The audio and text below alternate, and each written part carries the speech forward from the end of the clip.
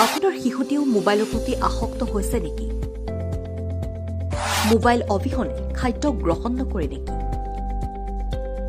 Mobile এতিয়া সকলোৰে বাবে অপৰিহাৰ্য আহিলাত পৰিণত হৈছে।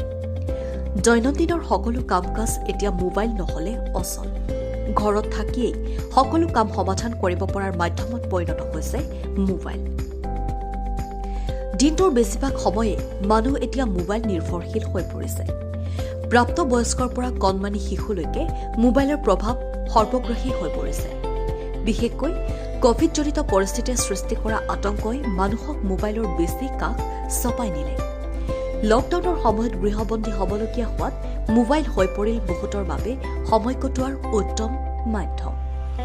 প্ৰাপ্তবয়স্কৰ তুলনাত শিশুসকল মোবাইলৰ প্ৰতি ক্ৰমাৎ বেছিকৈ আকৰ্ষিত হৈ পৰা পৰিলক্ষিত হৈছে।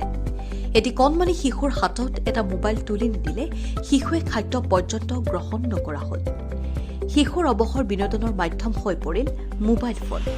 বিশেষকৈ নগৰাঞ্চলত থকা শিশুৰ ক্ষেত্ৰত মোবাইল ফোনে ভয়ংকৰ বিপদ মাতি আনিছে। ঘৰৰ চৌহদৰ ভিতৰতে আবদ্ধ হৈ থকা এটি শিশুৰ বাবে ৰং ধেমালি কৰিবলৈ সমনীয়াৰ অভাৱ। তদুপৰি মুকলিকৈ খেলা-ধূলা কৰিবৰ বাবেও কোনো ধৰণৰ ব্যৱস্থা নথকাত মোবাইলত বিভিন্ন ধৰণৰ গেম খেলি সময় অতিবাহিত কৰাৰ অভ্যাস গঢ়ি উঠিছে। তদুপৰি কভিড কালত অনলাইন পাঠ্যক্ৰমৰ ব্যৱস্থাই কণ কণ ছাত্ৰ-ছাত্ৰীৰ বাবে মোবাইল এক প্ৰকাৰ নেতিবাচক প্ৰভাৱ মনৰ লগতে প্ৰত্যক্ষভাৱে চকুত পৰিছে।